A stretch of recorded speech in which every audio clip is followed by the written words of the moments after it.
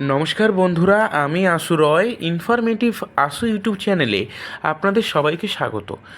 আজ আমি আপনাদের সঙ্গে আলোচনা করব সেন্ট্রাল গভর্নমেন্ট থেকে বেরোনো একটি দারুণ চাকরির ব্যাপারে। তো আপনারা এখানে দেখতেই পারছেন, আমি কিন্তু এখানে একটা ওয়েবসাইট খুলে নিয়েছি যেখানে কিন্তু সেন্ট্রাল বোর্ড অফ সেকেন্ডারি এডুকেশনের অর্থাৎ সিবিএসসির থেকে একটি বিজ্ঞপ্তি বেরিয়েছে। তো চলুন দেখে নেওয়া যাক পরবর্তী আর কোন কোন পদক্ষেপে আমরা এই ফর্মটি ফিল আপ করতে পারবো। প্রথমত এখানে আপনি দেখতে পাচ্ছেন যেটা অর্গানাইজেশন অর্থাৎ যেখান থেকে এই বিজ্ঞপ্তি বেরিয়েছে সেটা কিন্তু central board of secondary education অর্থাৎ সিবিএসসি বোর্ড থেকে কিন্তু এই বিজ্ঞপ্তি বেরিয়েছে। টাইপ অফ এমপ্লয়মেন্ট যদি আপনি দেখেন সেক্ষেত্রে কিন্তু এটা কিন্তু সেন্ট্রাল গভর্নমেন্ট জব অর্থাৎ সম্পূর্ণরূপে কেন্দ্র সরকারের একটি চাকরি। নাম্বার অফ ভ্যাকেন্সিজ যদি আপনি দেখেন সেক্ষেত্রে কিন্তু 118টি ভ্যাকেন্সি কিন্তু এখানে আপনি পেয়ে যাবেন। আপনার জব লোকেশন কিন্তু অল ওভার ইন্ডিয়া অর্থাৎ ভারতবর্ষের যে কোনো জায়গায় হতে পারে। এখানে কিন্তু 118টি পোস্ট দেখে আপনি ভয় পাবেন না, আপনি কিন্তু ট্রাই করলে কিন্তু হয়ে যেতেই পারে। পোস্টের নেম কিন্তু এখানে দেখা যাচ্ছে junior engineer, accountant and assistant secretary. এই 3টি পোস্ট কিন্তু আপনি এখানে দেখতে পাচ্ছেন এবং এদের অফিসিয়াল ওয়েবসাইটটাও কিন্তু এখানে উল্লেখ করে দেওয়া আছে, যেটা কিন্তু www.cbsc.in। এই ওয়েবসাইটে গিয়ে কিন্তু আপনি ডাইরেক্টলি এই ফর্মটা কিন্তু ফিল আপ করতে পারবেন। এখানে অ্যাপ্লাইং মেথড কিন্তু আপনি দেখতে পাচ্ছেন অনলাইন। আপনি কিন্তু ওয়েবসাইটে গেলেই এই ফর্মটি কিন্তু এই ফর্মের নোটিফিকেশনটা পেয়ে যাবেন এবং আপনি কিন্তু ডাইরেক্ট অনলাইনের মাধ্যমে আবেদন করতে পারবেন। অবশ্যই কিন্তু আপনাকে ডিউ ডেটের আগে আবেদন করতে হবে, অর্থাৎ 11/4/2024 তারিখের মধ্যে কিন্তু আপনাকে অ্যাপ্লিকেশন করে দিতে হবে। চলুন এবার দেখে নিই কোন কোন পদের জন্য কটা ভ্যাকেন্সি আছে। আপনি কিন্তু এখানে দেখতে পাচ্ছেন list CBSE details of vacancy. সেখানে কিন্তু আপনি দেখতে পাচ্ছেন অ্যাসিস্ট্যান্ট সেক্রেটারি অ্যাডমিনিস্ট্রেশন, তার জন্য কিন্তু এখানে 18টি ভ্যাকেন্সি আপনি পেয়ে যাবেন। অ্যাসিস্ট্যান্ট সেক্রেটারি যেটা কিন্তু একাডেমিক, সেখানে কিন্তু আপনি 16টি ভ্যাকেন্সি পেয়ে যাবেন। অ্যাসিস্ট্যান্ট সেক্রেটারি স্কিল এডুকেশনে কিন্তু 8টি, অ্যাসিস্ট্যান্ট সেক্রেটারি ট্রেনিংয়ে কিন্তু 22টি, অ্যাকাউন্টেন্ট অফিসারে কিন্তু 3টি, জুনিয়র ইঞ্জিনিয়ারে 17টি, জুনিয়র ট্রান্সলেশন অফিসারে কিন্তু 60টি, অ্যাকাউন্টেন্টে কিন্তু 7টি, জুনিয়র অ্যাকাউন্টেন্টে কিন্তু 20টি ভ্যাকেন্সি আপনি এখানে পেয়ে যাবেন। তো চলুন এবার দেখে নেওয়া যাক এই পোস্টগুলোর জন্য আবেদন করতে গেলে আপনার মধ্যে কী কী এলিজিবিলিটি থাকতে হবে, অর্থাৎ আপনার এডুকেশনাল কোয়ালিফিকেশান কী কী থাকতে হবে। সেখানে কিন্তু আপনি দেখছেন আলাদা আলাদা পোস্টের জন্য আলাদা আলাদা কিন্তু আপনার এডুকেশন কোয়ালিফিকেশান চাই। যেমন এখানে কিন্তু ম্যাক্সিমাম চাকরি গ্র্যাজুয়েশন লেভেলের, যেমন অ্যাসিস্ট্যান্ট সেক্রেটারি অ্যাডমিনিস্ট্রেশন, এটার জন্য কিন্তু আপনাকে কম করে গ্র্যাজুয়েশন পাস করতেই হবে।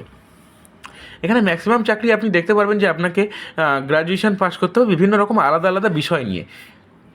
যেমন অ্যাসিস্ট্যান্ট সেক্রেটারি পদের জন্যও কিন্তু আপনাকে এখানে গ্র্যাজুয়েশন পাস করতে হবে এবং বাকি যে পদগুলো সেগুলোর জন্য কিন্তু আপনি ভালো করে পড়ে দেখে নেবেন যে আপনি কোন পোস্টের জন্য এলিজিবল এবং আপনি কিন্তু সেই পোস্টেই আবেদন করে নেবেন।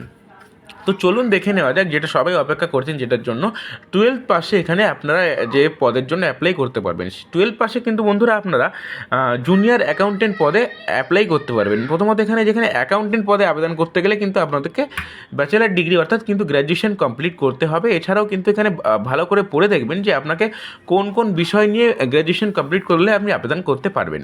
এছাড়াও যেটা এখানে গুরুত্বপূর্ণ বিষয় সেটা হচ্ছে গ্র্যাজুয়েশনের সঙ্গে সঙ্গে আপনাকে ইংলিশ টাইপিং কিন্তু মিনিটে 35টা শব্দ করতে হবে এবং হিন্দিতে কিন্তু মিনিটে 30টা শব্দ করতে হবে, তাহলেই কিন্তু আপনি আবেদন করার জন্য এলিজিবল হবেন।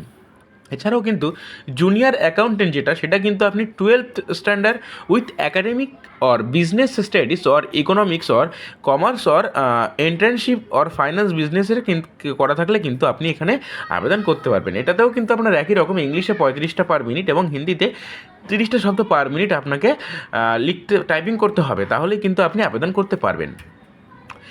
যে এজ লিমিট সেটা কিন্তু আপনাকে ম্যাক্সিমাম 27 থেকে 35 বছরের মধ্যে কিন্তু আপনাকে থাকতে হবে, তাহলেই কিন্তু আপনি এখানে আবেদন করতে পারবেন। স্যালারি প্যাকেজ কিন্তু আপনার এখানে মোটামুটি একটা ভালোই স্যালারি প্যাকেজ পাওয়া যাচ্ছে। এখানে কিন্তু 20,000 টাকা মেনশন করা রয়েছে, কিন্তু এরপরেও কিন্তু আপনি এর থেকে বেশি স্যালারি কিন্তু পেয়ে যাবেন। সিলেকশান প্রসেস কিন্তু আপনার দুরকমভাবে হবে, দুটি পর্যায়ে হবে। একটা হচ্ছে রাইটেন টেস্ট এবং পরবর্তী কিন্তু ইন্টারভিউয়ের মাধ্যমে আপনাকে সিলেকশন করা হবে। রাইটেন টেস্টে পাস করার পর কিন্তু আপনাকে ইন্টারভিউতে ডাকা হবে। এরপরে যেটা গুরুত্বপূর্ণ বিষয় সেটা কিন্তু অ্যাপ্লিকেশন ফিজ।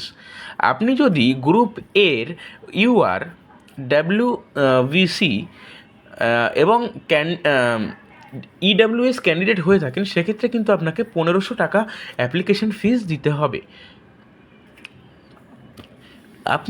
এছাড়া আপনি যদি গ্রুপ বির ইউআর ডাব্লিউবিসি এবং ইডাব্লিউএস ক্যান্ডিডেট হয়ে থাকেন, সেক্ষেত্রে কিন্তু আপনাকে 800 টাকা অ্যাপ্লিকেশন ফিজ দিতে হবে।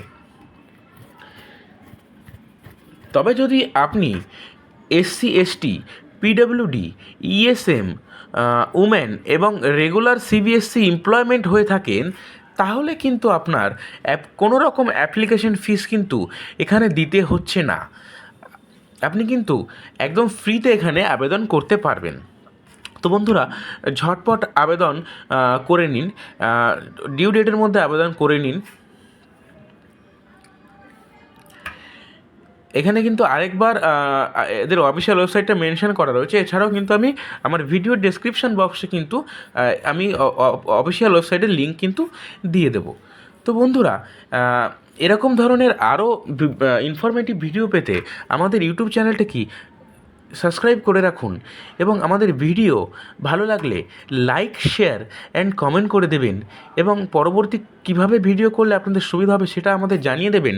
তাহলে আপনাদের সুবিধা মতন আমরা কিন্তু ভিডিও নিয়ে আসতে পারবো। ধন্যবাদ, আবার দেখা হচ্ছে পরের ভিডিওতে।